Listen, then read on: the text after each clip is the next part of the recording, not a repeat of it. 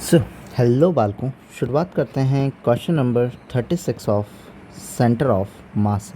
तो question number 36 of centre of mass हमें क्या कहना चाह रहा है कि कोई स्टेशनरी पार्टिकल है वो एक्सप्लोड होता है दो पार्टिकल्स के अंदर। ठीक है, एक स्टेशनरी पार्टिकल था, मान लेते कुछ मास होगा, नहीं पता तो छोड़ दो, कैपिटल एम मान लो। और क्या, दो में एक्सप्लोड हो गया, एक मास बना m1, दूसरा मास बना m2, which moves in opposite direction, और दोनों एक अपोजिट डायरेक्शन के अंदर जा रहे थे, ये v1 और ये v2 से।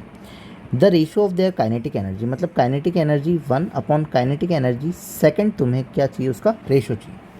अब एक्चुअली में इस कंडीशन में क्या हो सकता है भाई, इस कंडीशन में क्या कांस्टेंट हो सकता है, क्या कांस्टेंट होता है, क्या कंजर्व हो सकता है। एक्चुअली मोमेंटम जो होगा वो कंजर्व हो सकता है।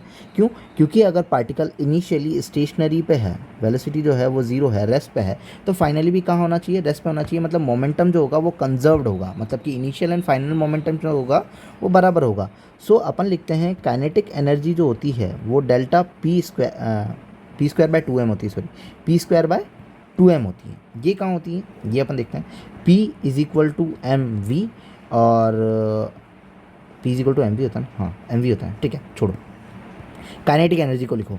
काइनेटिक एनर्जी जो होती है वो क्या होती है, हाफ ऑफ mv² होती है ना। अब अगर मुझे यहाँ पे मोमेंटम लिखना पड़ेगा तो ऊपर नीचे दोनों तरफ से मैं मास से मल्टीप्लाई कर दूँ तो ये कितना हो जाएगा, m² बाय 2m हो जाएगा, जो कि p² बाय 2m होता है। ठीक है, तो काइनेटिक एनर्जी जो होती है वो उसका रिलेशन मोमेंटम के साथ में कैसा है, p² बाय 2m।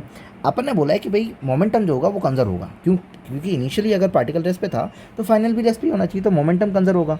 तो मोमेंटम कंजर्वेशन के रेस्पेक्ट में मतलब दोनों का मोमेंटम जो होगा वो सेम होगा। भाई दोनों का मोमेंटम सेम होगा। अगर ऐसा जीरो करने पे तुम्हें नहीं पता चल रहा है कि जीरो करने पे कैसे क्या रहेगा, तो ऊपर भेज दो kinetic energy first 2m first is equal to p², जो कि बराबर रहेगा दूसरे वाले के भी। अब दूसरे वाले के भी बराबर रहेगा तो यहाँ पे लिख दो सेम चीज़, काइनेटिक एनर्जी सेकंड और 2m2 सेकंड वाले का।